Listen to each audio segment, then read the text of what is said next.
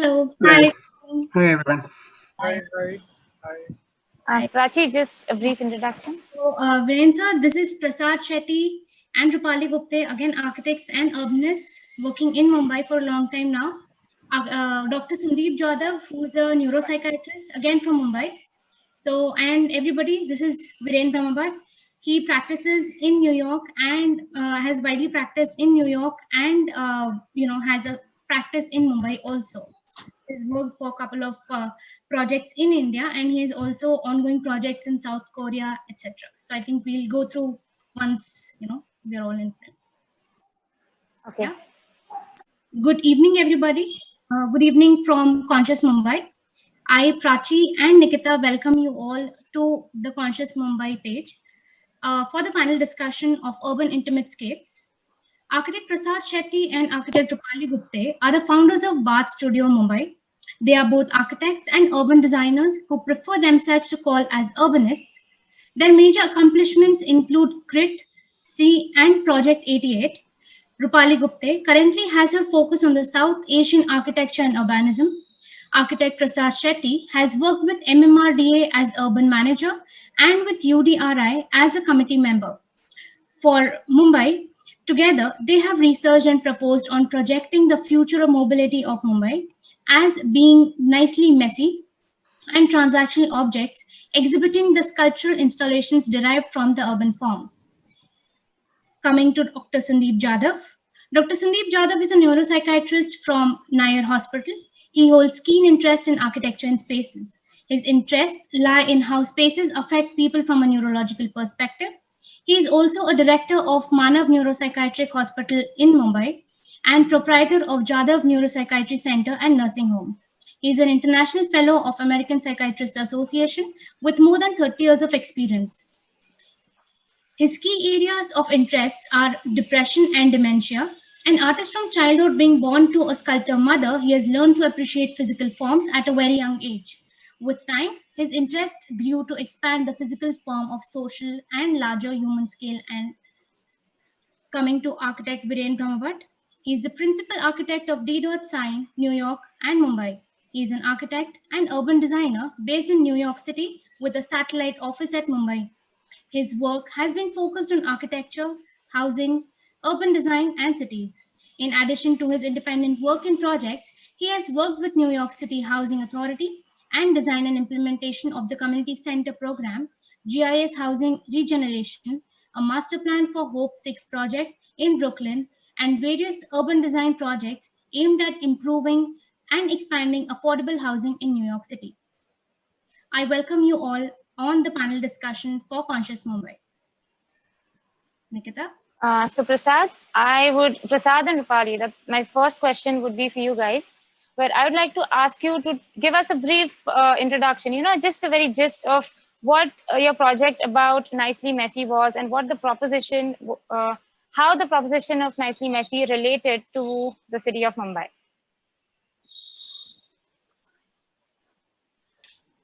Prasad? Yeah. Well, you want to take it first? Okay. Yeah, I can start, and then Prasad, maybe you can follow. I mean, I think more than a project, it's also kind of a proposition. It's a way of thinking that we've been involved in. We call ourselves urbanists, and that's how we kind of like to place our work. So being messy as a project itself was basically an invitation by the Audi Urban Future Initiatives that invited architects from all over the world to look to prepare a city dossier and look at their own cities. So we were invited from Mumbai, and then there was a group of architects from the Boston, Washington region. There was somebody who was invited for Istanbul, and then there was somebody who was invited for the Pearl River Delta, and also for Sao Paulo. And it was basically to look at mobility in the city of Mumbai and the future of mobility. From our own sort of political positions, we looked at both the words future and the word mobility in a very different way. We sort of looked at the city of Mumbai and what was going on economically in the city, socio-culturally in the city, and sort of made series of sort of observations that in some ways understood that economically things were changing since the 90s. The economy of the city had become entrepreneurial. The black box economy of the city, in the industrial economy of the city, where you had regular 9 to 5 jobs, had changed.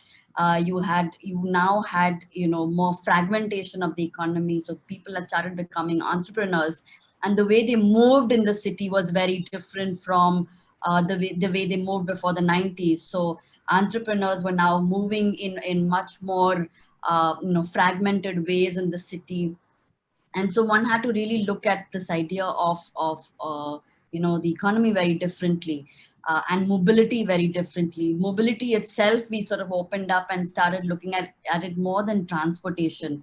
We looked at it as the ability of an individual to be mobile within the system, also socially and economically, to be able to in some ways mobilize oneself. And so what we understood as the future was then not a singular future. It was not possible to think of one imagination of the future because of this whole way in which we understood the city to be fragmented, to be made of series of entrepreneurs. And so we said that it's not possible to think of one future, but the fact is that there are multiple futures. And so instead of one project, what we then designed for this project was 100 tools through which each one could then mobilize their own futures. And these tools were all kinds of things. They were catalogs to retrofit old housing, because that was one of the things that you saw, that a lot of people lived in older housing, and in some ways it was the way we think of it. The housing policies always looked at making things anew. They always looked at new developments. And so we said, if people are living in older, I mean, this is just one example I'm giving you, okay? That if people are living in older housing stock, and thinking of their future, what would it mean to kind of develop a toolkit, a kind of catalog for them to start thinking of retrofitting their own houses. So one of the tools, but series of tools through which one actually looked at navigating the future through people's own agencies. Okay, so I think that's the kind of broad sort of idea of being nicely messy, looking at the current scenario, looking at the current city, and developing ways for people to mobilize these futures. So that's sort of broader sort of idea. Prasad, if you want to kind of look at it, because there's a series of other projects that we also kind of mobilize. We talk about transactional capacities of cities, ways in which the existing city form sort of the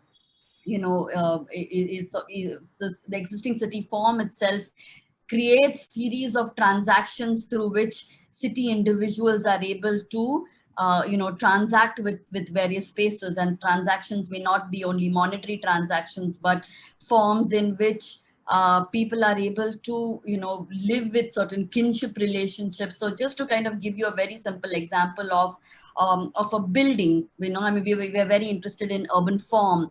And so, for example, some of the older urban form, like chawls, for example, right, are able to transact between the street and the urban form itself.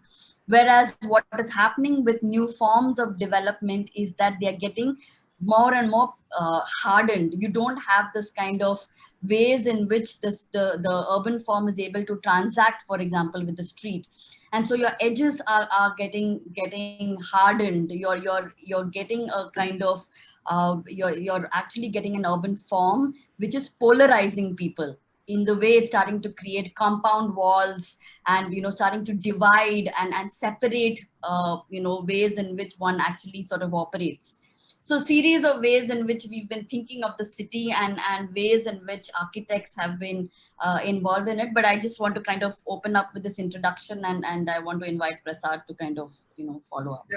So it was. I mean, it was to think of the future in multiple ways and not in singular ways, really.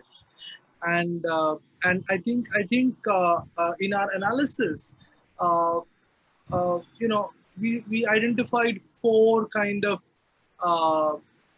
broad uh, way in which the city of Mumbai was kind of emerging, and what we expected in the next 20 years to happen. We expected that the city of Mumbai will be a city of the elderly in the next 20 years, 25, 30 years, because the population, the internal population of the city is not growing really. In fact, island cities, there's a decrease in population, and the national average is much higher than the city average of natural growth. So people are not really coming to the city. It's rather the intensity of the city, the movement inside the city that is increasing, and that's what is kind of creating the intense moments in the city. So one is definitely looking at that the question of old age will emerge. Second is, of course, there is a question of environment which is getting kind of consolidated and in very specific ways, and as a city of Bombay, like most cities, we do not, because environment is a geo issue, and city of Bombay does not really know what to do with it, other than trying to kind of figure out ways to deal with small flooding issues and stuff like that. So environment is becoming a real critical thing. Thirdly, the economy of the city increasingly was moving towards a dependency on the culture industry. So one could see media houses, apparels, design, fashion, this emerging, and not really, and the real sharp decline of even the finance and the finance and sectors were not really doing well in the city, because the spatial proximity requirement doesn't exist anymore. So that's why one sees a real increase in culture driven economy. And the fourth thing is that which Rupali mentioned, that the city form is getting far more consolidated and clarified.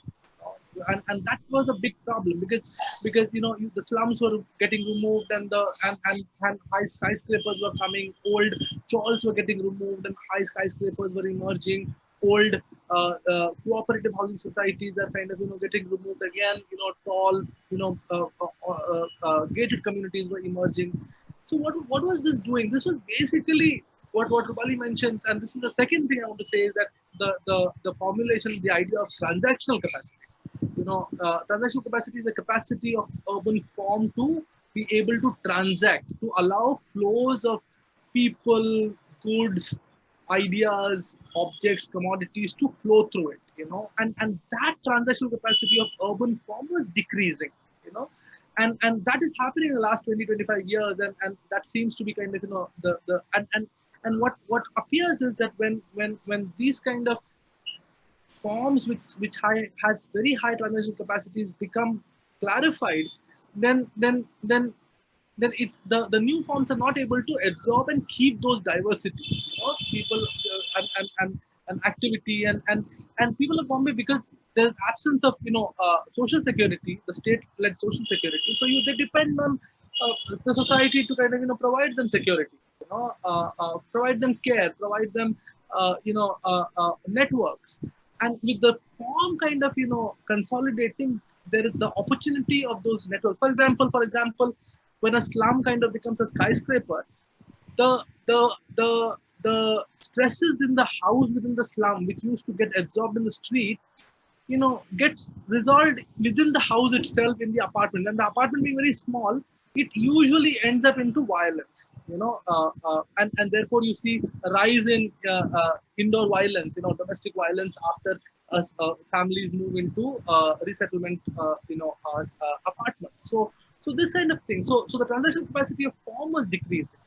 So what we were doing exactly is thinking of processes and tools. We were thinking of not as projects, architectural projects, but really kind of and therefore the mess of the city was a city which was something which was providing space and form and ecosystem for people to exist, so diversities to hold and stuff like that. And and and there, the modern ways of doing architecture did not work, because it doesn't work that way. The slum doesn't get built by a plan, or people don't live their lives through modern plan basis. You need other systems, other processes. So we're designing processes and tools to kind of, for people to navigate these moments into the future and figure out ways of in which they become mobile, and their mobility is achieved. So that was what the project is. And the project was, as Rupali said, 100 projects of, tools to green, small houses for old people to kind of, become entrepreneurial, new kinds of entrepreneurships that are emerging, and all kinds of things that the project kind of, thought about, which had partial implications. Yeah, so So that's the next, yeah. sorry, did I interrupt you? The next part of my question was for Viren, asking him to talk about his idea of messy urbanism. That's a sort of loaded question. This is, I think, around. It needs a little preface. Now, I was in India a long time ago, not a very long time ago, but when my granny was around, and when I was a kid, I used to come to India, and that was a different fascination for me. And it meant a whole different thing to me. It wasn't exactly just a place; it has an emotional sort of association. It wasn't necessarily a country; it was a place from where everything began. That's how one looked at it as a child. And then sort of when I moved away and I was in the US studying and whatnot, I think for about many years, almost 15 years, I didn't make it back to India, let alone do any work there. So I think it was around 2005 or so, or 2007 actually. When I first came back, my lenses had changed. I wasn't a kid anymore. I was an architect, urban designer, looking at cities and looking at architecture and life in the city much more than anything else. So the first thing that I was thrown off by was the kind of everything. I mean, what you would describe India to be. The sort of sounds, the smells, the sort of crowds, the people, traffic, and all of that. And it threw me off. That's the honest truth about it. That, oh my God, I mean, this place is in a mess. And that was a sort of very, what do you call, knee-jerk reaction to it. And then you begin to recognize that there's something that you need to change, and that's the lens through which you look at cities in India and in other parts of the world. So you put your gut reaction aside, and you begin to decipher where it comes from and what it means. And you understand it's part of a cultural landscape. It's not merely the sanitized situation that you encounter in other parts of the world. And that was the first time, I believe, and can't remember exactly when, but that's the time when I actually wrote an article in Architects newspaper. It might be 2009 or something. There was a conference in New York City, and a bunch of architects came from all over the place, including some from India, and one of my, very good friends, Rahul Mehrotra.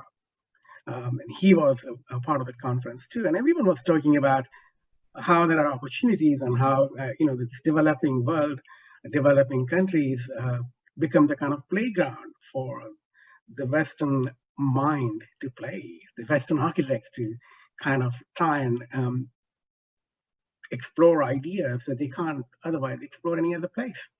There's lack of regulation, there's lack of building code that you need to comply to.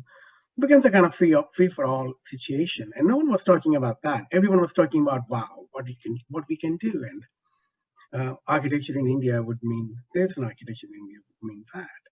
So as a response to that conference, I wrote a little piece called India's Messy Urbanism, and that's the time when I think the phrase began to make a lot more sense to me. That as professional, there's sort of trained through Western education system, we begin to look at our own culture and our own mess in a very different way. And the idea is not to sort of glorify. I don't think there's anything nice about mess. It is messy, and that's what it is, right? I mean, no, you don't need any other sort of adjectives to qualify it, because there's no need to qualify. That's what it is. When I come to your house and you sort of tidy up your room, but that's your room. Whether it's messy or not messy, defines you, and it's your personal presentation, your personal space. That's what matters. What matters most is how you welcome me or how you make me feel welcome. And So, Dr. Jadhav, sorry. I'm sorry. So that's the basic sort of premise of messy urbanism became, important to me. So in other words, very shortly, I know we have a limited amount of time, but this becomes part of the cultural landscape. It's something that doesn't need to be cleaned up, doesn't need to be sanitized. It's something that doesn't need to be even retained. It needs to be taken care of. It needs to be addressed within its own context, rather being sort of replaced with, as Prasad was saying, these tall towers and gated communities and clean streets. Cleanliness has nothing to do with messy. When I use the word messy urbanism, I don't mean unclean. I don't mean non-sanitary. I mean messy in a beautiful way. So, Dr. Jadhav, what is your understanding of this messy city that we're talking about over here, today, Mumbai, Bombay, whichever we'd like to call it?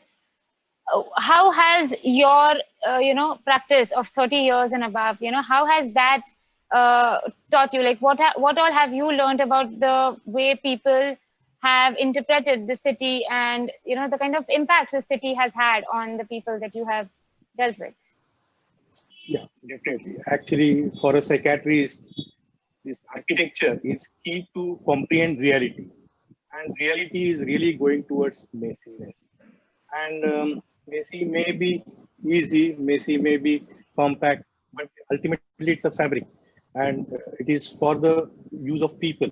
So this urbanization and becoming messy, from my point of view, first point was taken up as a transition from one place to another place, because that is also becoming messy. That is also becoming very difficult.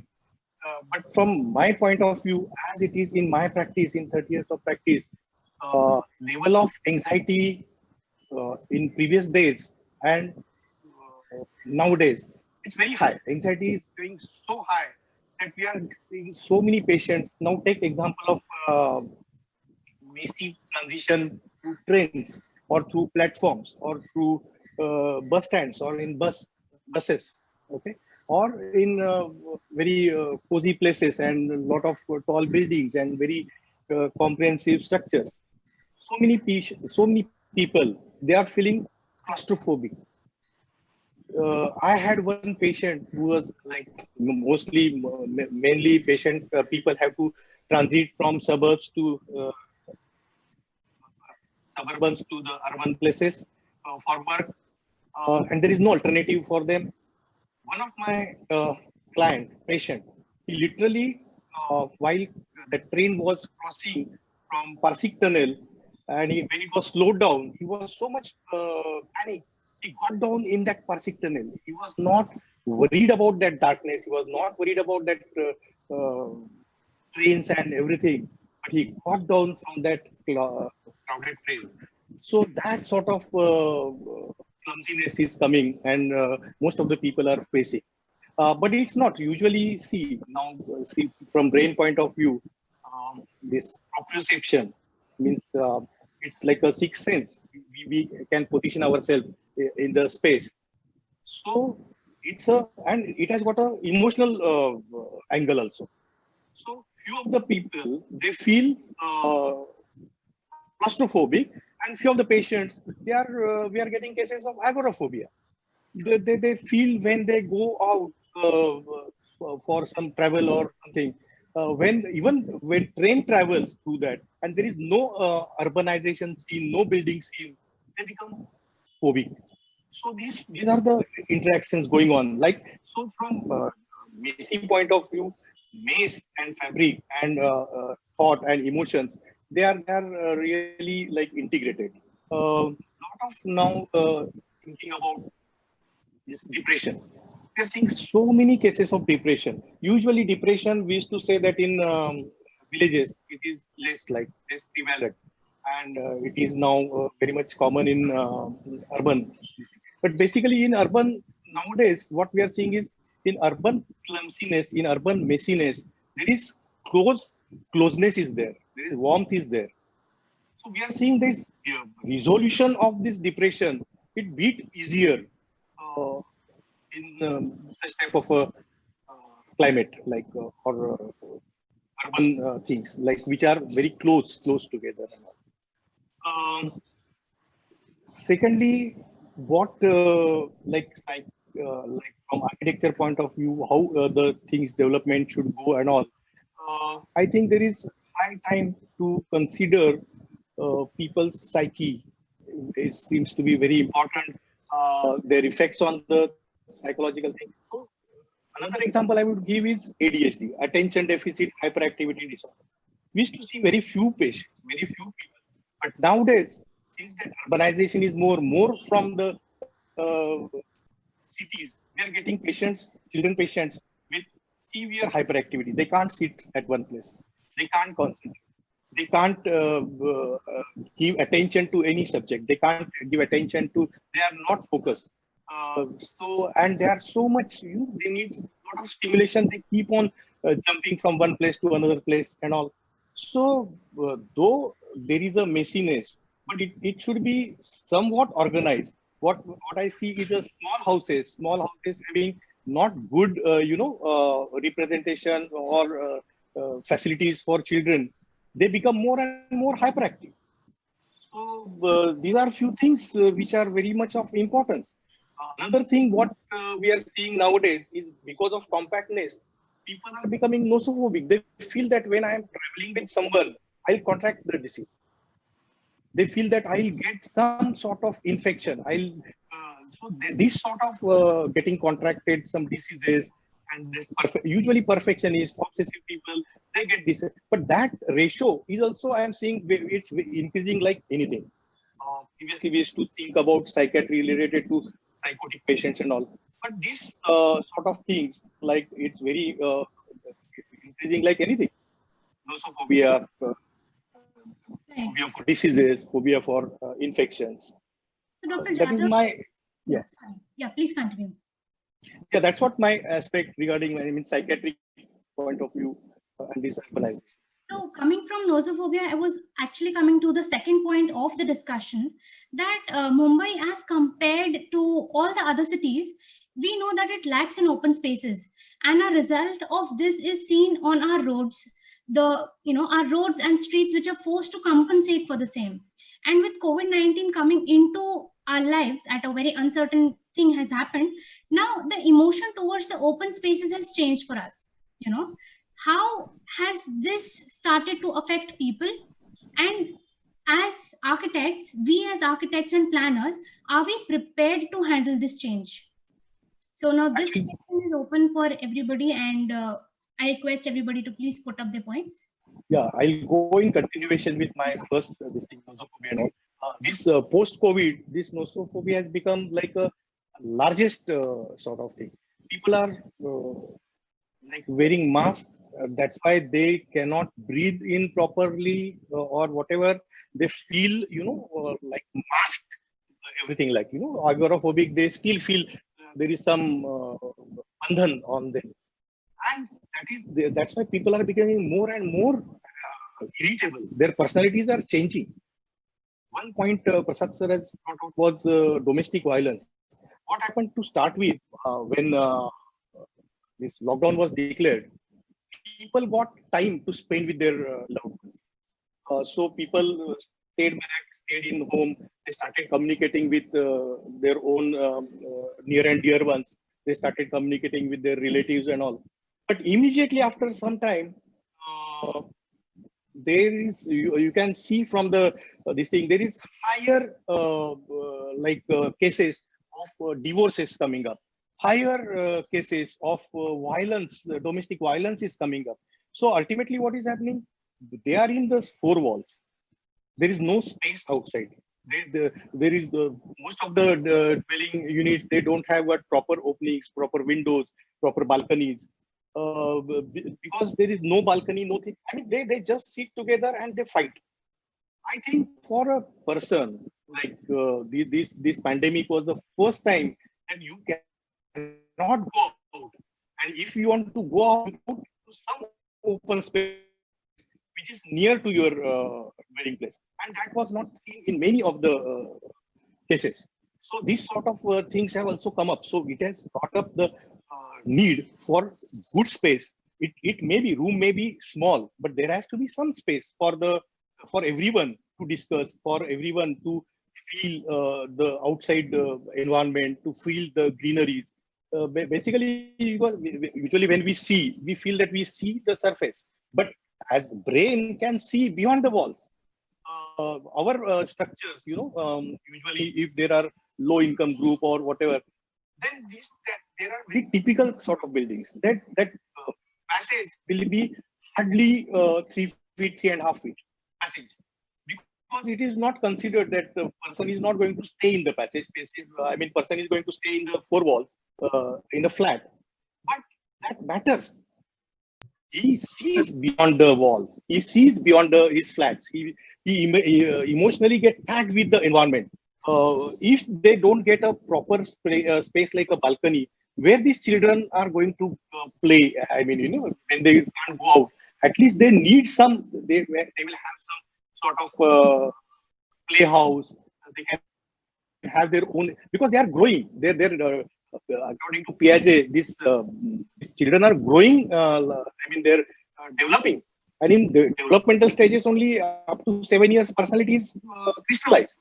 So that aspect also should be seen from this pandemic. What I feel is this is one of the major need now we have to think, because henceforth pandemics may keep coming, but we were not ready for this type of pandemic. Though they were 100 years back, there was big, but now it's time, because ultimately from architecture point of view, we'll have to give ease to everyone, not only from look point of view, not only from the dwelling ease point of view, but from emotion point of view. That's what I feel.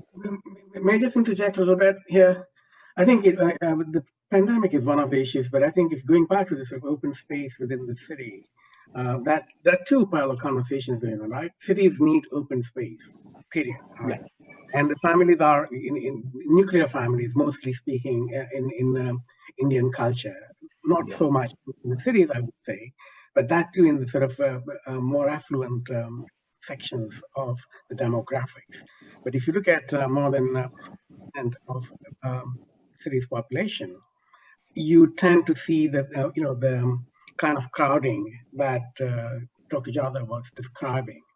Now, you speak, if we just take a case example of a city like Mumbai, it's fairly evident, everyone knows that more than 50% of the people of the city sleep outdoors, so to speak, because of the sort of informal settlement. I mean, we consider them to be homes, they consider them to be homes, but the conditions are not exactly conducive to sort of what you would describe as a proper lifestyle. That's the reality of it. But a lot of them do that, not because there's no other sort of option. It is part of the culture again, right? Because of the climate and culture and context. Those three things define how people behave in an open space. So pandemic has basically made it worse, and Dr. Jadhav is right, because people are more at home now. But which demographics we're talking about will begin to define what kind of open spaces we need. So because of the tightness of the apartment buildings, apartments, even in the sort of affluent sections of the society, there is need for more open space, actually, to be honest. So, and they don't have to be large. They don't have to be, they can be very intimate. They can be smaller, which is what Indian city's fabric actually begins to define. Psychogeography of the city becomes extremely important. And that's not sort of simply based on scale. So you don't need a central park, but you need smaller little choke in between the clusters of housing. that people can actually, come out, breathe, stretch their legs and their limbs. So I think that's another part of the sort of, it has to be kind of culturally molded, not simply lumped together into the kind of issues that you encounter in cities like New York. For example, now in New York, we are reclaiming our streets very quickly. We've taken away one entire lane of traffic for outdoor dining and sitting. Sidewalks are spilled out onto the streets. So when when we used to have 4-lane traffic, now we have 2 lanes in the middle, and on the other side, the other lanes are taken over by people just to hang out.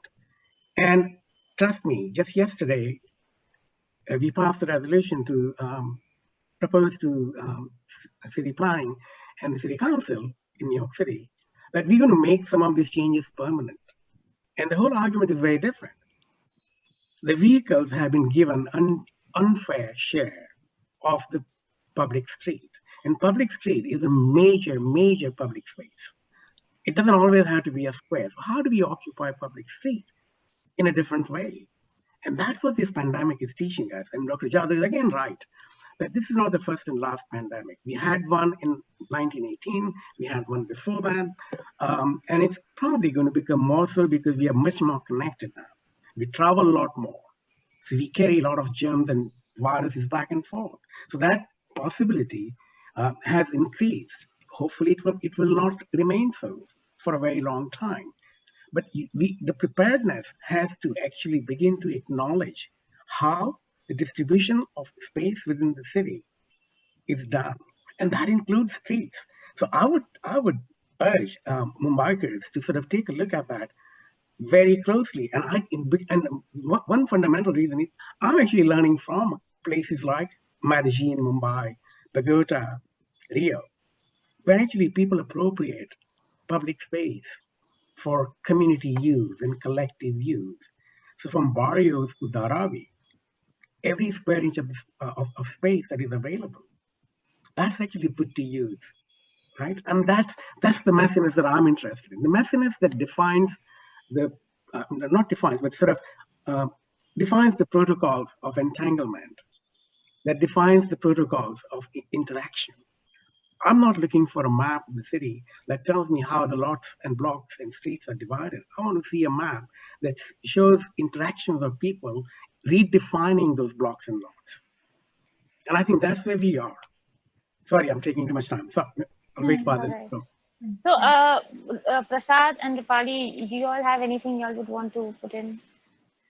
Wanted to kind of add with, it also comes down to the definition of what a home is.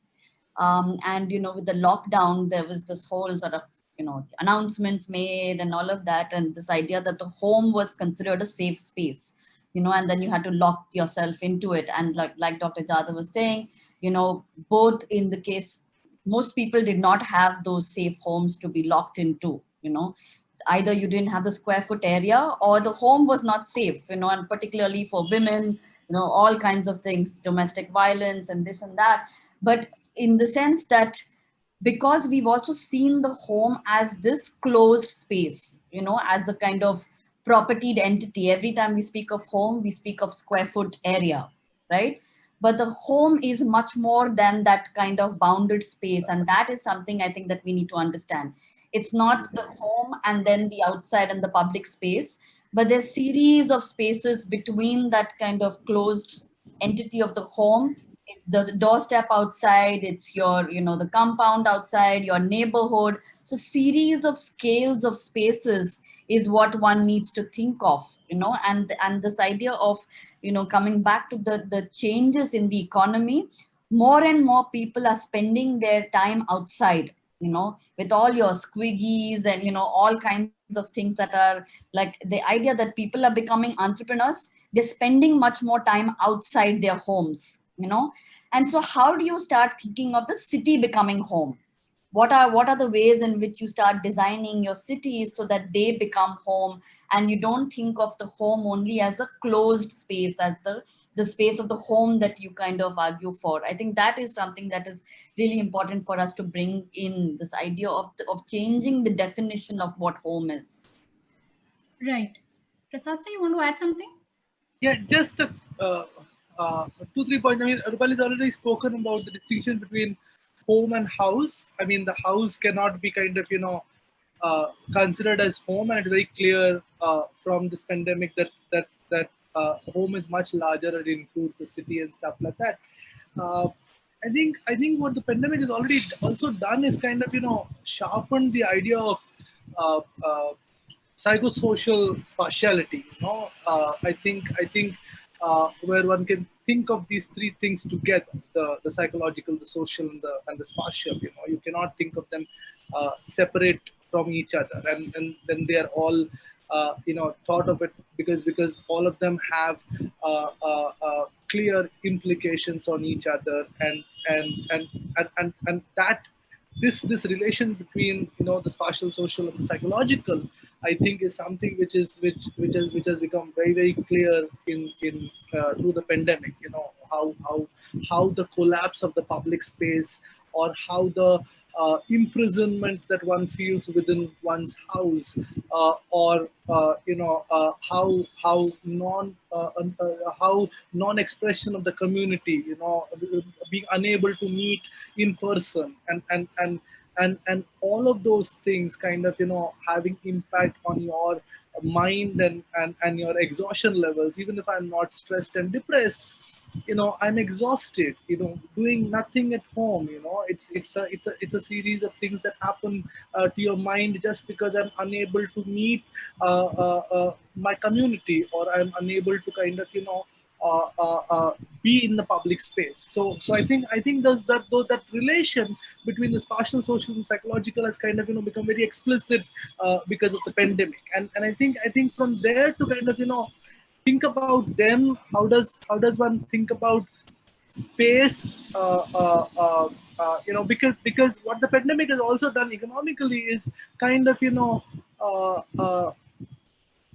kind of uh, uh, kind of brought in some logistical efficiencies. Corporates feel it okay to work from home. Working from home has become a very efficient practice, and a lot of organizations are talking about it to kind of bring about a certain amount of efficiencies, and these efficiencies are going to have, because these are production based efficiencies, so industrial based efficiencies, and these efficiencies which are towards increasing of production is going to have serious implication on spatio-social psychology. It really is going to have. So I think these are the questions. These are the emerging questions for architects to think about, and how does one kind of think about the question of space, the question of indoor and outdoor space. That is one point. Second small point I want to make is, in India, across and in Mumbai, it's very clear. Uh, Urbanization has kind of brought down population increase. It's very clear the amount of the rate of urbanization increase has decreased the population. A number of people becoming urban or living in urban areas has increased substantially, no doubt. Urban spaces have increased, urban cities, number of cities have increased, but urbanization decreases. People in the cities reproduce much lesser than people in the villages. This is a basic point. Now, what has also happened is the amount of built up area in cities have increased substantially, you know, which means that the private built up space, the amount of private built up space which was there earlier has increased substantially in the last 40 years or so. Now, what I'm trying to say is that in the 30s and the 40s, when cities became intense, that time private built-up space was much lesser per capita than it is now. So, but what has changed really? What has changed is the the transactional capacity of the space, the fuzziness of the boundary. It has become hardened. The private space has become more hardened. It has become more closed. The outdoor space has shrunk. So it's the problem of housing really is not the indoor private space.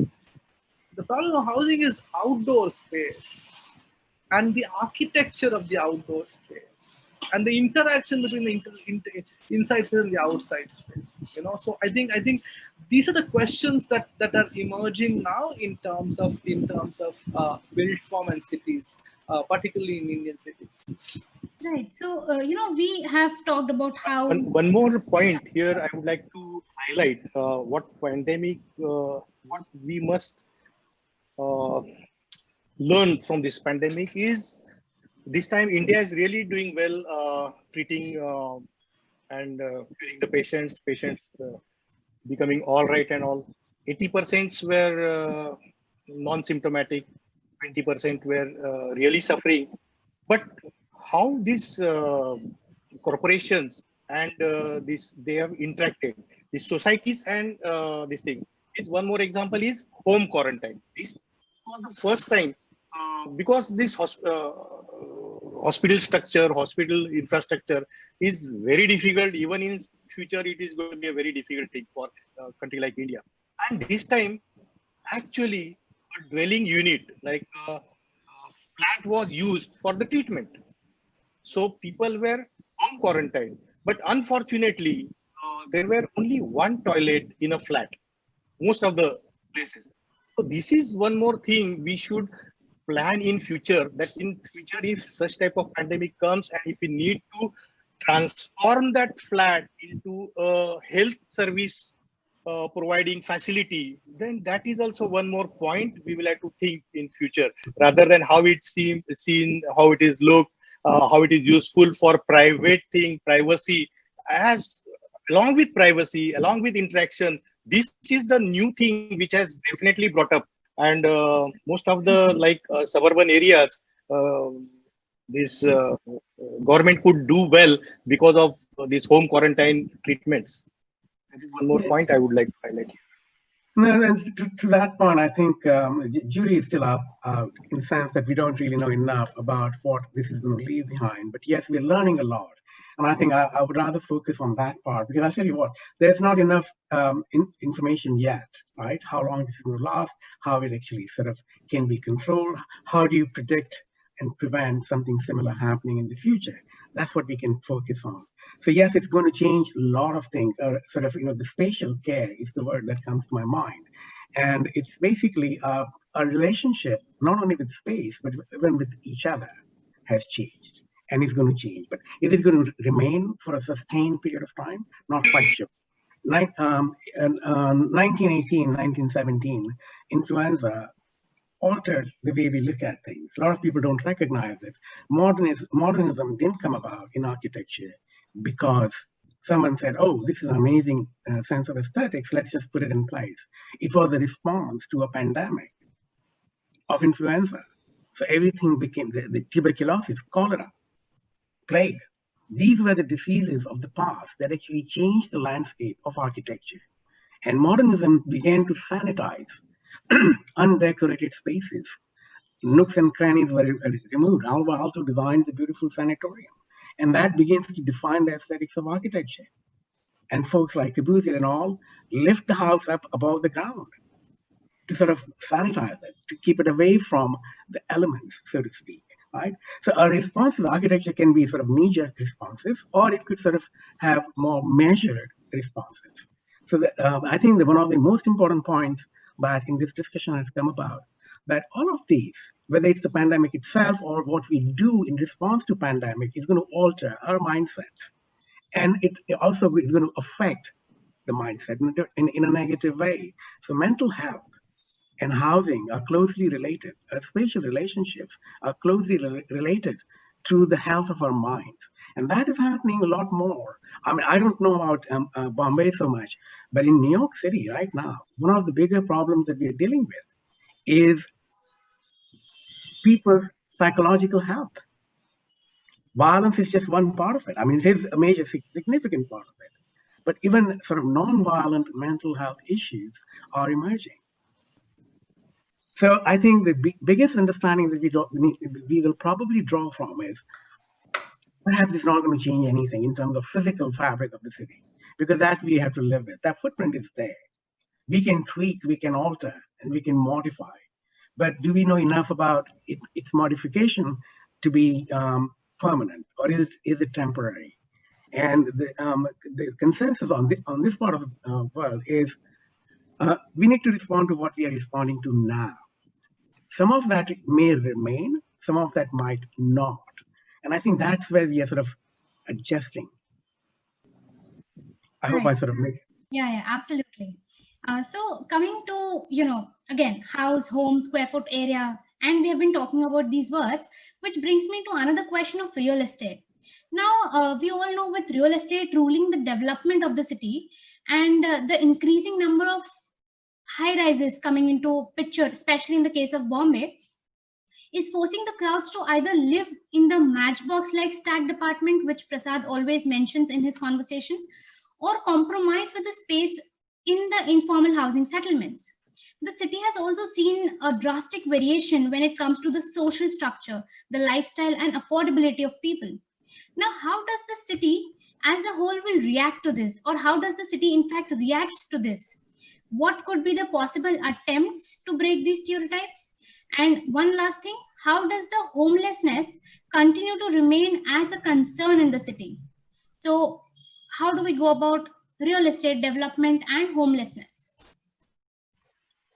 Should I take this? Yeah, absolutely. So, so, so,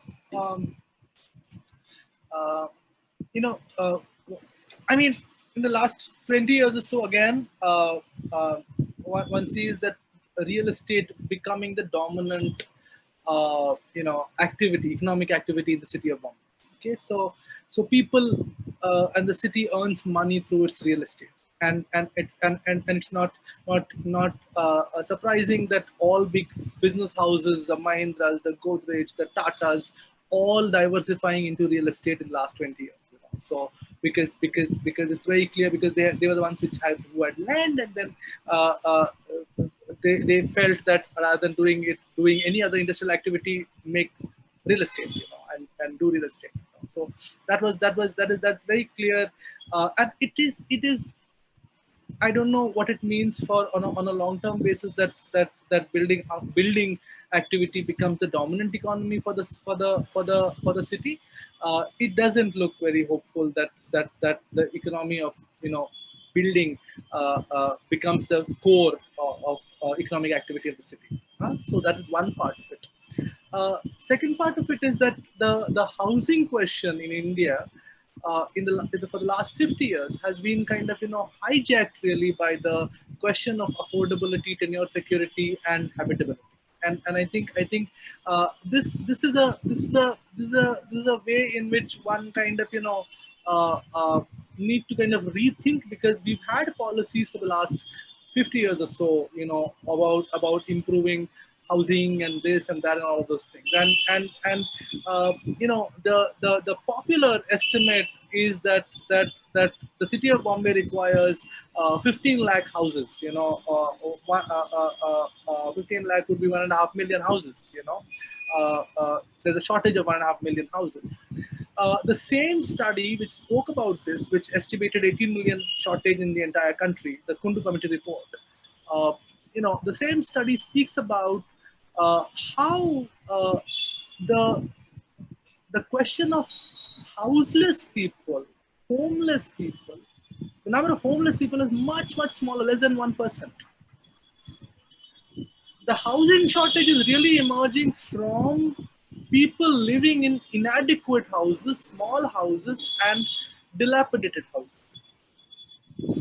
And in the best of policies, in the most generous of policies in the last 15 years, with the complete mobilization of private sector, huge amount of money flowing from the central government under various schemes, in housing, and the most liberal of housing policy. In the last 15 years, we've been able to build 1.5 lakh housing only. A requirement being 15 lakh. Last 15 years, we've been able to build 1.5 lakh houses, which means that we cannot think of building houses as a solution of the housing problem. Because if you were to build new houses under the most liberal capacities and policies, we would take 100 years. This is what it means. We will take 100 years to build our way through the housing problem. It's basically this is the situation. So then what do you do? Then you think of repair and retrofit as a solution, because people are living in houses which are, and repair and retrofit is a condition that one can think about in terms of, old villages in the cities, slums in the cities, dilapidated houses in the cities, old cooperative houses in the cities, that makes up 90% of the housing stock. And all of them, each of them have different requirements. For slums have requirements of, light and ventilation, community level infrastructure. Old villages have requirements of expansion of families becoming bigger, and houses getting kind of, smaller. Dilapidated buildings have problems of, infrastructure at the building level, toilets being common, so you can retrofit with toilets and air conditioning and stuff like that. And old cooperative housing societies have a problem of leakages and, seepages, and they require another kind of intervention. So I think, and the problem is, across India, there is not a single school of architecture or engineering which teaches repair and retrofitting. May I just jump in a little bit here? I think I'm not quite sure. The question was about housing and affordability, right? Raji? The question was about real estate and built form. How does one go through thinking about real estate as a situation? I am defending my case for repair and retrofit instead of building new real estate. And I think, I mean, that's the sort of, I was jumping in, and there are a few things, right? One is housing sector is pretty much kind of left to the private sector in India by and large, and the home ownership is pretty large in India compared to other nations. But that is because government doesn't provide any kind of rental affordable housing. So there are two types of housing that we're talking about, and in India culturally, rental housing is not a huge market. It's either private housing, which people own, build themselves, or developer builds, and it's real estate driven, speculation driven kind of housing development and real estate development that pushes to all the cities in India. That's my reading. I might be totally wrong. But in terms of even government-sponsored housing is more about ownership and not rental. Maybe it is time for the sort of government subsidies to be used towards rental housing, because people come in and go. Right now, the rental housing is being provided by private property owners. So if I own a flat, I rent it. You own a flat, you rent it. Whatever price you decide, there's no rent regulation in place. So two things have to happen simultaneously. There should be a push, or actually three things. Push to build more rental housing, which is built with government subsidies. So private developers actually get some form of subsidies to build that. So you have to incentivize it, right? Second thing is maybe government should start building their own rental housing, like social housing in Vienna, public housing in New York City.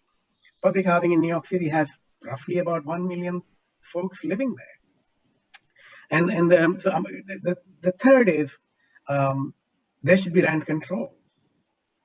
So if everyone starts renting at whatever price, Bandra is going to be bloody expensive for people to move in compared to Vikhroli, say, for example, or Thane, for example. So how do you balance? What are the laws that actually can control how folks can rent properties? There are a number of people talking of rental, housing as a systemic solution. I have 3 points to make on this. One is currently Indian cities have a lot of rental accommodation. You are right, provided by private sector, but extremely competitive basis. Of production. Secondly, the capacity for public sector to kind of do rental accommodation. We had a case of MMRDA in Mumbai, the Metropolitan Authority, trying to make rental housing. It made rental stock. Not a single house has been rented out of 50,000 houses which is produced, because they realized that there is no capacity to maintain and run a rental housing scheme. So I think there's a huge capacity problem among the Indian agencies, to public sector agencies, to maintain rental housing. The third thing, and this is the most critical thing, I think, I've been doing housing studies across the country, and across many geographies of the country, and across many ethnographies actually. What you see is the absence of state security for old age pushes people to have an asset, and that is why people demand for having a family home. At least they have a home when they become old, and there is nobody to push them out, and that becomes a very big. So in the absence of social security for old age, rental housing doesn't appear to be a social feasible form, unless it's completely controlled by the state, which is not going to happen in a short time. So I think there are many factors. No, I totally agree. I'm not saying rental housing should replace the home ownership. No. Home ownership is going to continue happening. Those who can afford are going to buy. But affordability factor can be put in place only when there's a mechanism, and that mechanism is rent control, number one. And there has to be enough supply for rental housing. If you do not provide rental housing, the folks who come from UP and Bihar to work in the city are going to go to Dharavi and other places, and they're going to make their own little shanty town. So if the housing policy declares intellectual bankruptcy, there is a problem. So people are going to appropriate the cities. Similar things are happening in South America. And it's not that it's not happening in New York City too. Here it happens in a different way because of climate. So there is doubling up. I have an apartment.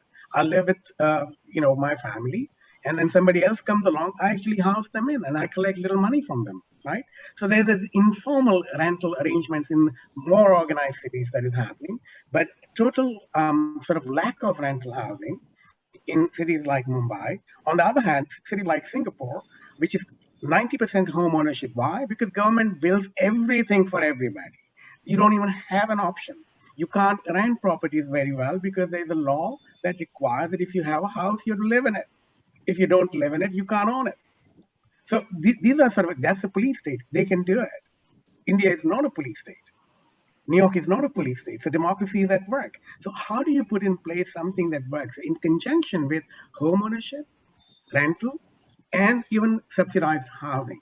And then we can talk about affordability, because right now, affordability is not, that conversation is not being controlled by the government or the municipality. It's being controlled by the real estate developers and the homeowners who basically buy a property even when they don't need it because there is a bigger return from it. So I buy a property, I put, let's say it's a 50 lakh property, I put a couple of lakhs in it, and then I rent it to you and you pay for it. Actually, I'm the owner.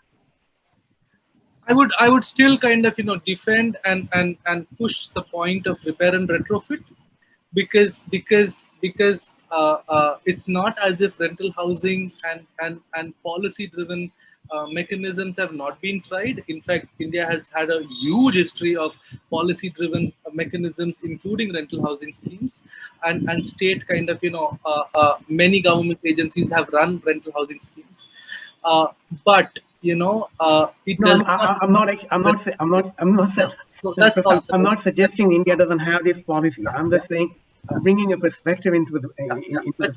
But I seriously feel repair and retrofit, which is improvement of existing houses, upgradation. Yeah, but that's another question I have, Prasad. That's another I question actually I have. have something to say over here. I'm sorry, but Yeah. Viren, the point that you said that about limiting the house ownership, where you can limit the number of houses a person can have, you live in it.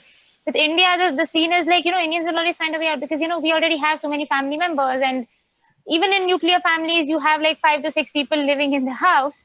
It's very easy to just, have 2 people live in another house and have that No. property Let me, owning. Nikita, let me correct you. I did not say limit the number of houses you can own. No. This is capitalism at full fledged. No, I'm not suggesting that even remotely.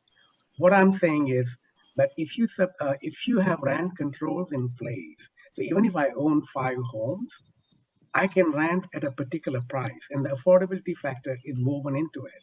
So, in other words, if I'm a developer and I'm developing housing, and if I provide 20% of that housing, rental affordable housing, where the rents are fixed and the increase is, 2 or 3% increment, whatever the government decides or whatever the community decides, right? Those are the mechanisms I'm talking about. You can't stop people from owning more than they need. They're going to do that. But how do you control the rents? That's what I'm proposing.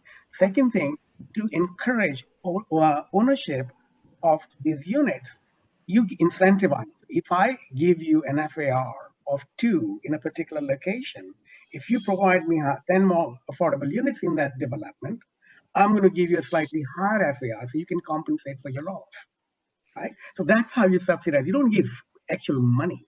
So all I'm talking about is how do you incentivize the real estate developers, and how do you put in place mechanisms so that the amount of money that they actually make can be managed.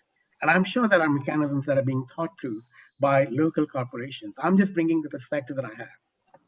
Yeah, and one more point I would like to, I mean, both like Viren sir and Prasad sir, is what you raised was people would like to have their ownership houses from old age point of view. This old age point of view is very, very important, because we are now like, there will be a sort of pandemic of Alzheimer's disease in future, because many people are suffering. And this is for the first time people are thinking about what can I do for my old age. So this rental sort of thing also can be sorted out, and this ownership thing can also be sorted out if we plan for this retrofitting these houses for old age. This old age, they may need a very small space, but it should be pertaining to their needs, old age needs.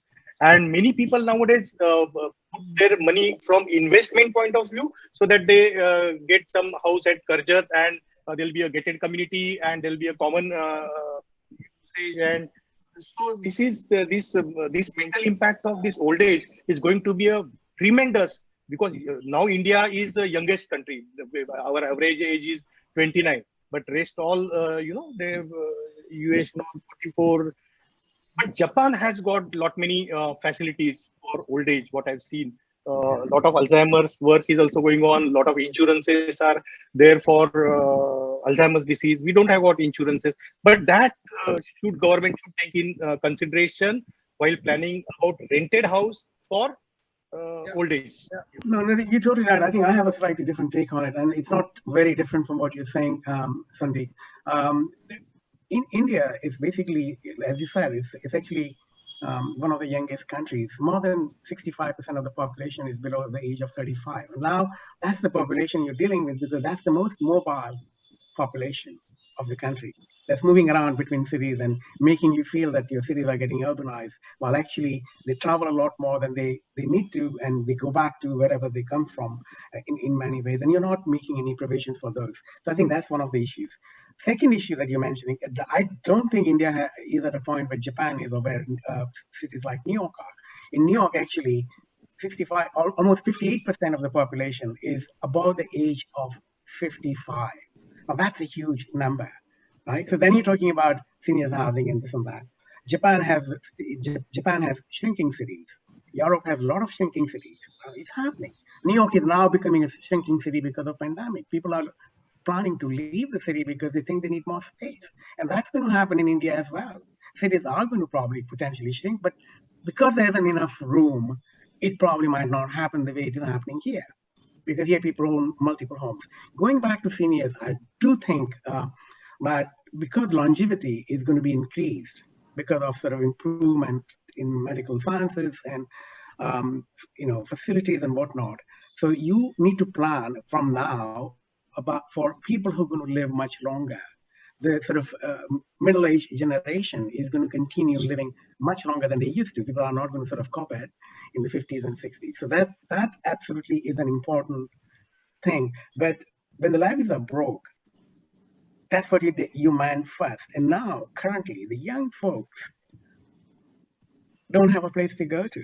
And I think that's where the sort of fundamental focus is. You plan for the future, but you deal with the present now. And that present is very fluid, extremely fluid. Going back to Prasad's point, which is about retrofitting, but retrofitting what? Or in the city, a lot of old housing stock is in a pretty bad condition. And sometimes it's cheaper to rebuild it than just fix it. But if you have old properties, which really, like New York City, for example, I'll tell you, we talk about retrofit here for a very different reason. Number one, most buildings are frame buildings. So either wood frame or steel frame buildings. They actually are more than 100 years old, right? But they are designed to deal with retrofitting options because the frame doesn't go bad. It's the shell and then the interior of it. So if you're talking about redoing the interior so that seniors can be comfortable and their needs have shrunk, so maybe if they have 2,000 square feet apartment, that can be broken into like 2 apartments or 3 apartments. That makes sense to me. But in terms of wholesale retrofitting that you're mentioning, I don't know where those buildings are. Like, for example, if you talk about Ahmedabad and Old City fabric, that definitely I agree with you. But it needs to be retrofitted for a variety of reasons, not just simply because it's there, but you need to preserve it because it's the sort of beauty of the city. It's cultural fabric of the city. But in terms of certain things being compelled, the second example I'll give you in New York City, almost 65% of the building stock is already built. Architects have no other work to do, but by and large, do retrofitting. And the flip side of it from the real estate point of view is if you tear down that building today, you can't build the same amount of square feet again because it was built before the 1960s zoning, which means it was overbuilt. Now you can't build the same square feet back again. So there are a number of different scenarios that play out that require you to retain and preserve. Yeah. Let me come back to this because I think we have some 4 years of work on repair and retrofitting, and I think the idea of repair and retrofitting appears because simply because of lack of capacity and lack of inefficiencies observed in the last 40 years or so, and there is no other option but to retrofit, and there is substantial capacity within the communities through small contractors, through many practices to kind of retrofit existing stock and improve and upgrade a little bit, do an incremental upgradation, improve ventilation somewhere, add a room somewhere, add things somewhere, etc. And this is 90% of India. Architects in India operate in 1%. For a 1% of population, of course, there is mass housing, but that is hardly architects doing it. So there is in Bombay at least 50% live in slums which are constantly upgraded. In fact, the pandemic showed how Dharavi was able to manage corona pandemic more efficiently than Malabar here. It managed it within 21 days, within 3-week time actually, with that density, and there is tremendous capacity to organize. So the slums are constantly upgraded. There are many people working on that. So that is 50% of people. 20% of people live in old and dilapidated buildings which are called chawls, which out of 19,000, 300 were reconstructed in the last 20 years with the policies of giving additional FSI. So that is not working, and therefore repair and retrofit. The demographic characteristic is changing there, and there are many more issues too. So that is 20%. So that is 70% people. 20% people live in cooperative housing societies, which are in the suburbs, which is basically built in the 70s. Now, the chawls are built 100 years ago, and they're all in either wooden frame, or steel frame, or concrete frame, but they're 100 years old and they're still going strong. They have leakage problems, of course, but they're still going strong. There are few falling every year. There is one or two falling, but there are 19,000 which have survived in the last 50 years at least, because the first count of 19,000 was made in 1964. So that was before that. There might be much more. So that is 70% of people. The 20% of people living in cooperative societies which have problems of leakages and seepages. So that is 90% of your population who require repair and retrofit. In the absence of capacity, which is kind of remaining 10% is all kinds of other includes all kinds of other people, out of which 2% are old villages, which also require infrastructure upgradation. So those are the people that is required. And there is a lot of capacity. Without architects, there are people who are already doing it. Without policy, people are already doing it. People are living, and we may keep speaking about it, but we kind of I'm looking at the architectural question there. As an academic in architecture, I'm looking at the architectural questions of retrofitting inhabitation. Not building, but inhabitation. What does it really mean to retrofit inhabitation? And so there is where our research is going. So that is one part of it. Second part of it regarding old age, I think the city like Trichy, which is tremendous, which is very inspiring, because you have a neighborhood which kind of responds to old age, and people from South India old people prefer to go and live and die in Trichy, because you have a whole neighborhood which provides food and which provides support, medical facilities, the entire neighborhood kind of geared for old age. I Cities I like have something. I'm Sorry, let sorry. me just finish one point, Nikita. Mysore and Pune, outskirts of many cities in India, Hyderabad at least, are becoming cities which are very conducive to old age, assisted living of all kinds and stuff like that.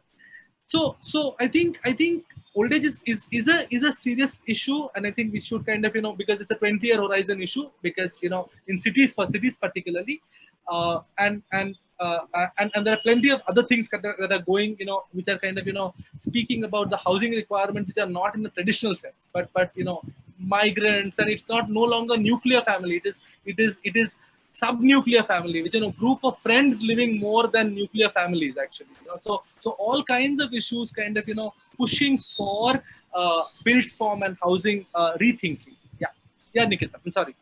No, I'm sorry for If I'll interjecting. just get one I point from my point of view is this cognitively enhancing thing, and that Prasad says thing, like retrofitting and rebuilding. I feel that can beautify. I mean, beautification also can be covered in that. It can be made more stimulating for my sort of people, like students who are ADHDs and all. If there are many colors, there are subtle colors, there are certain. I mean, in this repairing, this point also can be brought forward, and which can be easily done in a cheaper form. But it should be cognitively, stimulating Yeah, from development point. I just have a point to say. I mean, to Viren, I think like the idea of incentivizing, and that has really kind of led to the real estate being incentivized, and it all comes with noble intentions. For example, all your policies, your policies of repairing, of redeveloping older settlements because they are dilapidated. Now there's a blanket idea that the older settlements are all getting dilapidated. One or two might be falling, but the developers come back and make an argument saying all older housing, those 19,000 buildings that Prasad is talking about, are all dilapidated. And so you incentivize, and you say you allow the developer free FAR to build in the open market to subsidize for the existing tenants. But what then leads to is these kind of horrendous towers that come up, that are all up for speculative development. And there's also kind of gentrification that happens, soft gentrification, because people realize, the older tenants also realize, that it's not possible to live in that house because the maintenance then increases. And so in that sense, they have to leave that place and go to some other place which they cannot afford. So all of this, what you're saying in terms of incentivizing developers to build, that's precisely what the real estate lobby is fighting for. That you give us more FAR and we will build, but in reality that doesn't happen. And so, I mean, that's why it's important to start looking at what is actually happening on ground, to then think of what are then the possibilities, you know. I mean, this whole Listen, house. that problem exists even in New York City as well. Every city has that problem. Real estate lobby is the same issue across the globe. Incentivizing doesn't mean giving them a free reign over the way the property develops. If you do not have enforcement, regulations are in place, that is going to happen. It happens in New York City too. There's a very fancy project in my neighborhood where they were supposed to have provided 10% of housing stock for rental properties. On paper, it is there, but in reality, they have moved it to another location that they themselves own. They're, oh no, we're going to outsource our requirement to an adjacent block because this building has the river views and that building doesn't have the river views. So that kind of discrimination is going to be always in place. So I'm not trying to say that that's going to solve the problem. There are many things in conjunction with that you need to do. So how do you make sure? What are the penalties? What are the sort of now that developer, very well-known developer, and now he's being forced to actually put those units back. But as a punitive measure, he was asked to do only 10%. Now he's asked to do 20%. And he doesn't have a way out. So even post-occupancy enforcement is something that has to be in place. But I recognize that that's very hard. People are going to use loopholes. And you're right. In the name of redevelopment, there might be very many projects that taking place. We were asked to do a project in Ahmedabad, one of those EWS, economically weaker sections housing. First of all, I do not like those kind of labelings. But anyway, those people are not economically weaker any longer. When it was built, it was economically weak sector. But now they're sort of much better off. But they have the right to the city. They have the right to stay where they want to stay. They have the right to that site, right? So if you make them stakeholders, and they were asked to do that project, and I said, well, if they're not stakeholders, and if they're not going to be, you're not going to be replacing housing in kind or more because their families have grown, then I think we will have a problem, philosophical problem, and my conscience wouldn't permit me to do that, right? Now, how many architects do you know that walk away from a project like that? But that happens. Some people do, right? The point is, it has to go both ways. And displacement is going to happen. People are going to abuse. Another project in Bombay, right? Similar project. Chawls that you're talking about. Some of them are very nice. Some of them are very beautiful, but they need work. And I understand. So I think when I talk about retrofitting from this side of the world, it means something very different than what you were talking about. So we are retrofitting our industrial buildings. We're converting them to housing because their industry has been asked to move out of the city. Yeah. So they're lying vacant. That retrofitting is very different than what you're talking about. You're talking about repairs and maintenance, much more, and modification internally, so to speak. But here it's there's only a shell that remains, and then everything inside is changed. All the walls are changed, all the fittings are changed, all the utilities are changed. So that is a different form of retrofitting. So I totally get it. Now we're talking about offices becoming more vacant, and we're thinking about how we're going to retrofit those office buildings to housing. Because of the pandemic, many large corporations are moving out of the city, in different cities, not in New York. New York is still a magnet, but you know what I'm trying to say. So that's what I was coming. I mean, that was the perspective that I was coming from.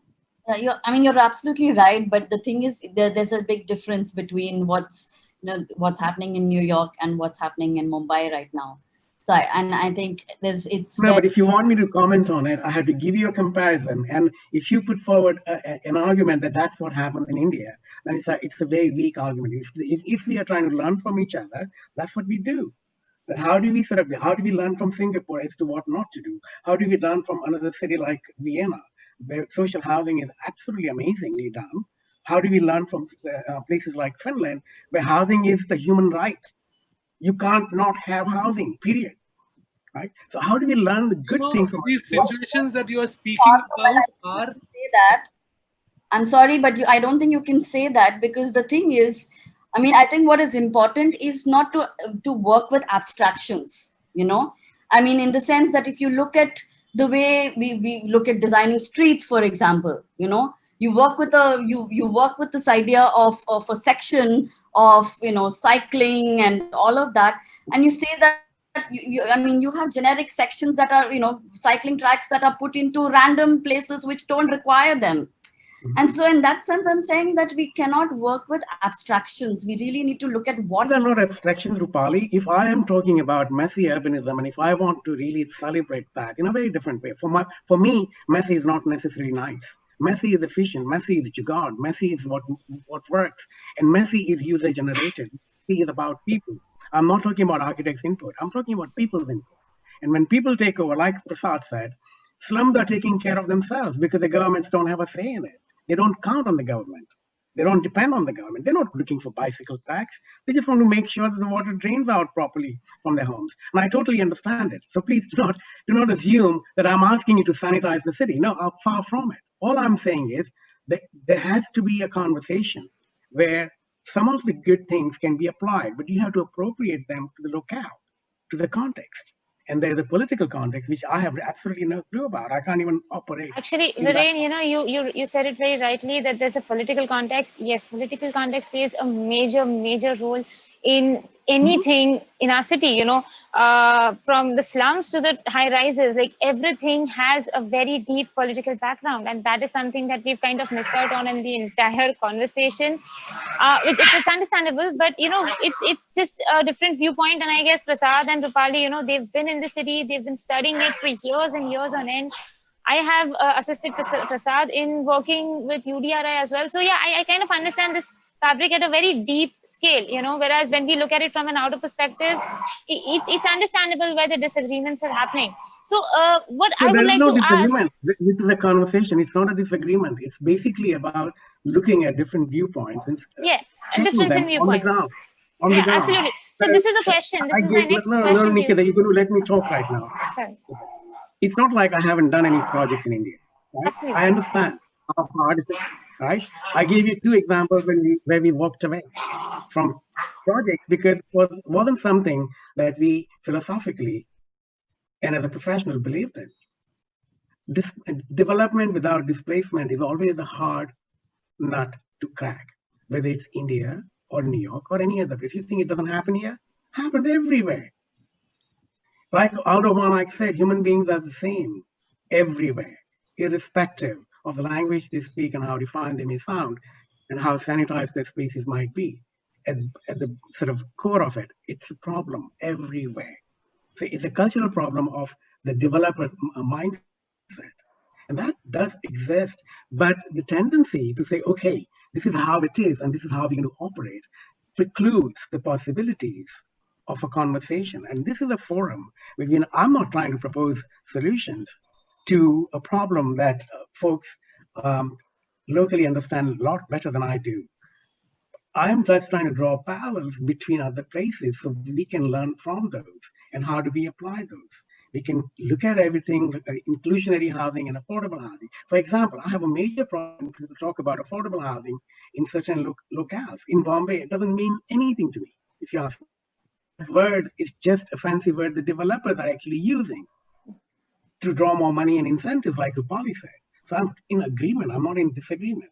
What I'm saying is that as a profession, how do you take that, design as activism role? And UDRI, I'm very familiar with it.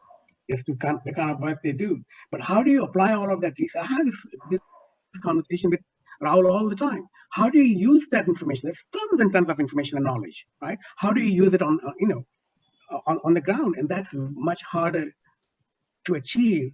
We can keep talking about it, and you're right. All of you are right. Everybody is right. But my position is not contrary to what you're trying to do. No, I did not think that your position was contrary. Of course, I get that.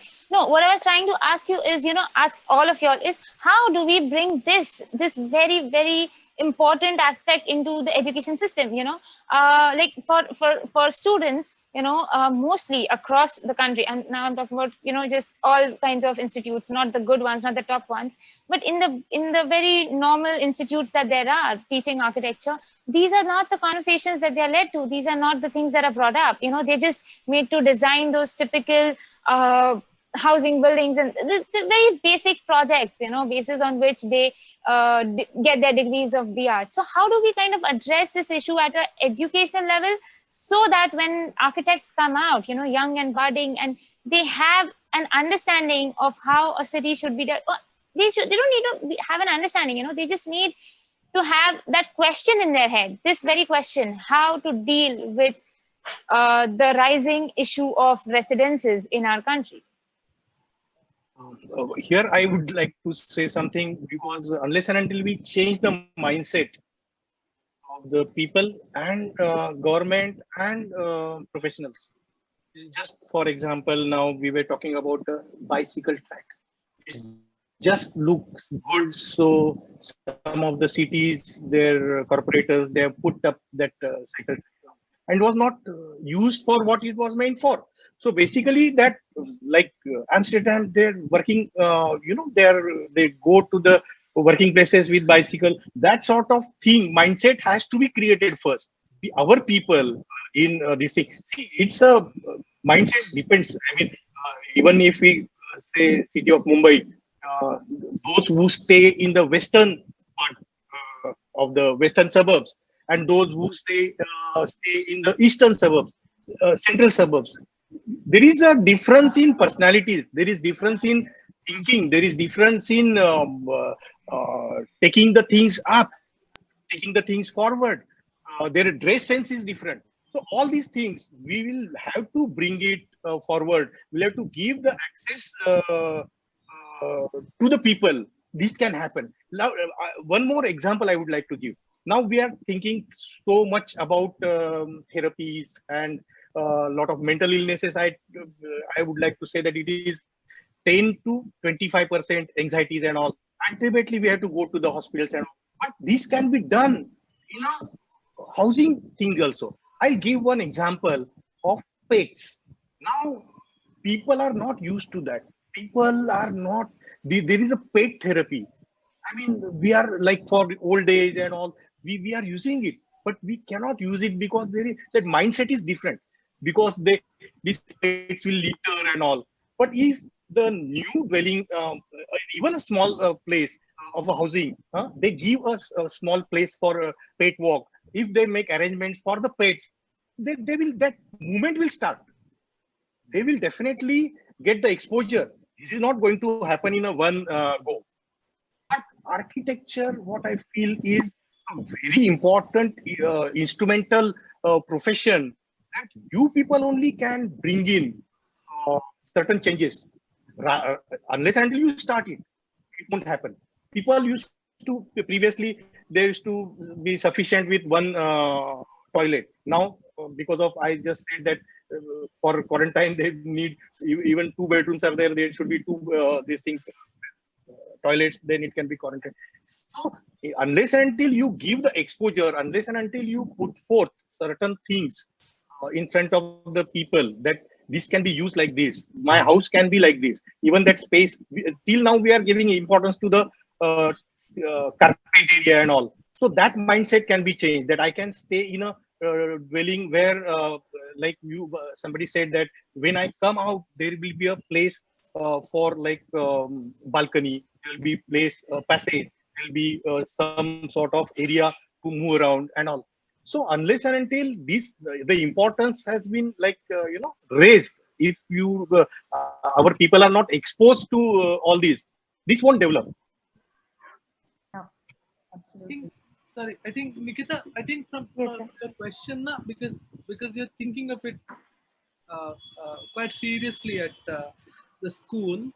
Uh, I think for us, I think of course, the question of ethics and relevance, and from here, developing, theorizing and learning from here, and how does it kind of work uh, uh, at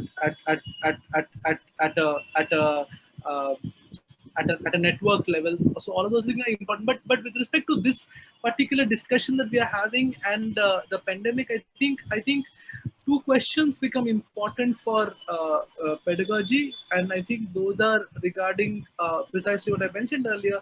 How does one kind of discuss psychosocial spatialities? How does one really think about them, and how does one kind of grasp it? How does one kind of what are the studies required, what are the kind of, I'm not in any ways kind of, uh, pushing towards positivist studies, but I'm thinking, even experiential, phenomenological, how does one really think about space in its psychosocial dimension? I think that's an important pedagogic question for us at the moment also. And secondly, how does cities, for us, this has been a very important question. How does cities kind of, absorb, uh, capacitated to absorb stresses? How are they how are they capacitated to kind of, uh, uh, provide spaces for diversities, for various kinds and forms of life? I think that is a question. That is really the question. I think these are two important questions which are relevant for this discussion. Of course, there are plenty of other pedagogical questions that we are handling and discussing at school, but for this particular discussion, I think these are the two questions. The question of form: how do you kind of, make it sponge-like to absorb the city in its massive madness, and the question of how do you really look at the mechanics of psychospatial, psychosocial spatialities. So this is basically the two questions. Yeah. Rupali, you have any thoughts Yeah, on this? I mean, two very different responses. One is when you were talking about the idea of pedagogy, and how do you kind of, intervene there.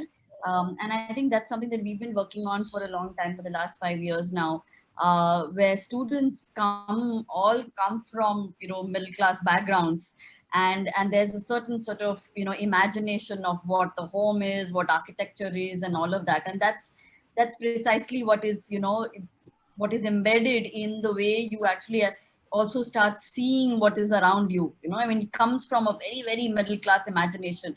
And so in some ways it's important to start an unlearning process, and that's what we do at the school at various levels. One sort of thing is, we call it the assembly. The entire school comes together to discuss a certain sort of issue at hand, and the idea of space and all kinds of things, where the entire, it's not then a project, because otherwise the way architects are trained is to go from project to project. And so you bring up the idea of ethics, where you train a student to become human first. And I think that's where all of these questions come in, like, where do you kind of place yourself as a human being first, and then how do you kind of become a professional. So I think at various levels, that's something that we are very, very conscious of in the school. And that, I think that's something that is really important for all architecture schools to kind of work with the idea of humanities, and humanities not as a subject, but as a kind of way of designing your own lives. And I think that's something that is important. The other thing is this whole coming back to this idea of the real estate logic of thinking versus other cultural logics of thinking of space, I think become very important. And I think, Viren, I mean, some of your examples are very important, like this idea of the way New York is starting to rethink this idea of giving up space. And we're seeing that in a lot of Asian cities, that the house may be small, but what you invest in is in a whole other cultural life which is outside, which may not be real estate driven. So for example, Asian cities have these huge markets that where you can go to have food in the evenings, or for example entire streets which become night markets, right? So how do you actually invest in a cultural life in cities which do not necessarily focus on the real estate building of internal spaces, but all kinds of spaces that kind of build a cultural life around. And we've had examples of that in Mumbai itself. For example, I just come back to the Chawl because it's a very, very interesting case where houses were small, but an entire sort of cultural life evolved out of the fact that the house was small. And you're seeing that in a lot of contemporary cities, in Asian cities. Japan kind of has this in a big way. Very few people eat at home. You have a whole sort of culture of eating outdoors. So how do you actually kind of, change the logic of thinking of cities from this idea of an enclosed real estate logic to a cultural life? And I think that is important. And I mean, and like, for example, we work with a lot of communities, and we were working with, for example, the fishing community in Mumbai, but this real estate logic is so deeply embedded in people's psyche that there was this whole thing where, the fisher folk were saying, oh, the slum communities get 4 FSI, we should get 5 FSI, you know so the argue, but you don't realize that if you get 5 FSI, what kind of space would you actually be left with? Nothing. There's a whole sort of degrading of a cultural life that happens out of that 5 FSI, is something that is not understood. So I think it's important to shift our logic from thinking of incentives and real estate to thinking of cultural life and the kind of spaces that we will start kind of thinking about. So I just want to kind of, probably. Viren, Yeah, any thoughts? Yeah, I'm just going to jump in quickly. I think when I gave you the example of New York, actually, that was an example of how New York is learning from Asian cities, actually. It's the other way around. So if they have to give back because they have taken something away. But in cities like Bombay and other places, Manik Chowk, Ahmedabad, places that you walk around the streets in Bombay, right? Don't give up. That's my message. Don't give up so that you have to take back at a later date. New York has done that. New York is giving the world's busiest intersection is Times Square. But do you know 80% of Times Square is pedestrianized totally? It is. They have to give back because they took it away. It was meant to be people's place, that it was taken away. So that undoing or unlearning is one phenomenon. But learning from other cities is I'm not bringing anything to New York from within New York. It's coming from other places. So places like South Korea, Seoul, you have this amazingly beautiful indoor markets. And why are they indoors? Because Seoul is pretty much like New York, pretty cold. So people like to be indoors. But when you go inside, it's actually a street that is covered up permanently, right? So those are the examples that you can learn from. So the idea is not to sort of always look outside and learn from outside. You can learn from within. And what is happening in cities like Mumbai and other Indian cities is there's this craze, and it's driven by speculation, it's driven by real estate developers to project an image of a city that is somewhere else. And which is why you have names that you have not even heard of, all the made up names that anglicized names for even property developments that you see. You see the billboards on the streets where you have this new development coming in, and the models are not folks from Dharavi. They are from the Western Hemisphere.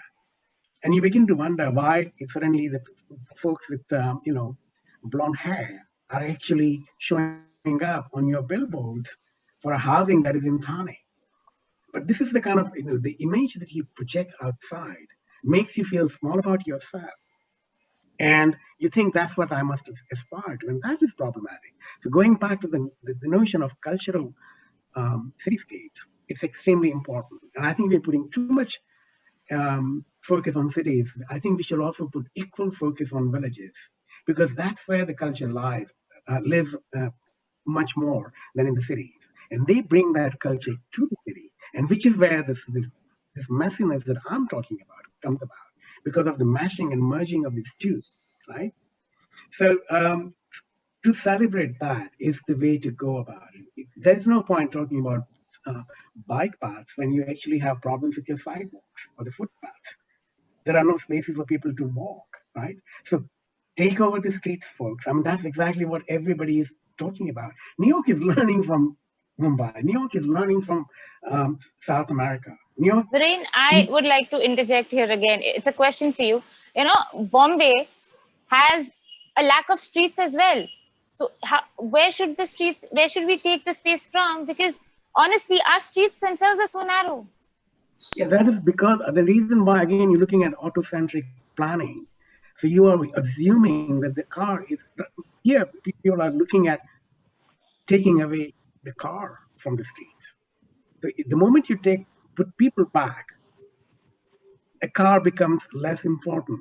But that's not going to happen, because what is happening in places like India and in other sort of developing cities, it's considered to be a sign of progress. Everyone wants to own a car and drive a car. Cities like New York are talking about congestion pricing, which means below 90th Street, you have to pay extra money to be able to enter with a car.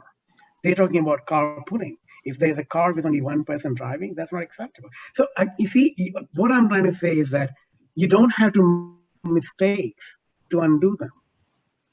Learn from other folks' mistakes. And that's exactly what I would emphasize. Just the way these parts of the world, I mean, this is what I teach in my students. But look at the culture you come from. Look at the culture that you haven't looked at. Look what is happening in Kisumu, Kenya, and Nairobi. Look at what is happening in Kumasi. Look at what public health actually means in Kumasi. Look at this particular informal settlement that has become incorporated as a village. And it has become now an entity by itself. It's like your major cooperative housing society. And now they're changing their own lives because government can't spend money to do something they have no control over, because that would legitimize their existence. This is what needs to be learned about. So when you talk about education, that's where the education has to go. If you keep teaching the Eurocentric principles of architecture and design, that's what I was brought up with. I was taught in a school. I mean, I went to SET. I don't know if you guys know that, right? When I spent time with my granny, I actually went to SET. And one of the greatest teachers that I have tremendous respect for, I happened to run into him before I even decided to join school, Bibi Doshi. And I was looking for him. I said, someone asked me to talk to architect Bibi Doshi. Who is that? He said, come along. And then he took me in his car. And I said, where are you taking me? He said, I'm Bibi Doshi. He says, you're going to talk to me now in the car because I'm actually going to office. Point is very simple. And he says, one thing he said, he said, we can't teach architecture. And I immediately sort of fell in love with that notion. Every time I start teaching at studio, one of the first things I tell students, first, I don't teach. We can only learn together. In fact, there is no word for teaching in Sanskrit. There's only a word for knowing, learning. And it's generally collective, it's from each other, right? So we can jointly, collectively learn from each other. So what right now we have with 6 people is a classroom, 9 people, it's a classroom, right? And we're learning from each other. And that's the phenomenon. The other architect that I have tremendous respect for, who wrote a brilliant book called Education of an Architect, John Haydock from Cooper Union. And when I was a student, I would meet him very often when I actually taught there. And one time he asked me, how do you walk in to a classroom with a pretension that you know it all? And I said, I really don't. And he said, that's the most beautiful thing about being a teacher, knowing that you can't. And one of the things that he says in his book is that we can only make students understand or make them think about architecture. You can't make them architects overnight. They have to do that themselves. And that is true about every profession. We can make them think about the profession they want to pursue. But we can think about humanistic values, and we can think about sort of help them develop their own personal philosophies, right? So education is very important. Education is not only what happens within the school. Fundamental issues that sometimes I talk when I speak about Bombay to these parts of the world, you have to hear that conversation. And you'll say, my God, this guy loves Bombay. And I really do. And the reason why is everything that you learn from it. This part has to unlearn. And in my opinion, cultures like Mumbai and South America, the cities of South America, they have to relearn, right? What exists. So I think education has to go beyond the classroom. And I think educating the mindset is much bigger issue. So even when you criticize developers, one of the first things I do, keep in mind when I work with developers, which I rarely do, is I know that I have to educate them too. And I have to learn from them as well. But if I go with an attitude that you don't know what you're talking about, and I'm the architect, I've got plans for you. I used to wear a T-shirt when I was in graduate school, which I had designed myself, which said, I'm an architect, I've got plans for you. And that was meant to be funny. And now I don't go with saying that I'm an architect, I got plans for you. I don't wear that T-shirt anymore. I wear a T-shirt which says, I'm here to understand what you have to say, what it is that you're looking for. And that is a change of mindset within my own self, right? I think So you're right, Viren. We've kind of wrapped it up on this note where, I mean, even Rupali and Prasad, the college, the university that they've begun, they've kind of come up with a similar concept for teaching, where I ran into my first year and Prasad had this same concept of, you don't know, you got to unlearn. You got to unlearn everything and you got to begin from scratch. We all don't know anything. We all just come here to learn. And yeah, I think that's the best way to go. So I'd like to thank you guys. Thanks all of you for being here on behalf of Center for Conscious Design. And it was lovely having this conversation with you and understanding your perspectives on all of this scenario with Mumbai. And yeah, I guess we'll see you guys soon. Hopefully in another seminar, webinar, somewhere, someday. Absolutely. I'm just going to say one last thing. I always Yes. like to have the last word. Mumbai is not merely a city. It's a beautiful idea if you can keep it. Right. And that's the only thing I have to say. And that's true about every city. New York is a beautiful idea if we can keep it. And it's always a constant struggle. And it's not the struggle only of architects. It's a struggle that every single person is a participant in. Thank you, folks. Thank you. Thank you so much, guys. Thank you so much for being with us. Thanks. Nice to meet you, all three of you. Yeah, Absolutely. you too. Take care. Thank you. Bye. Bye-bye. Take care, guys.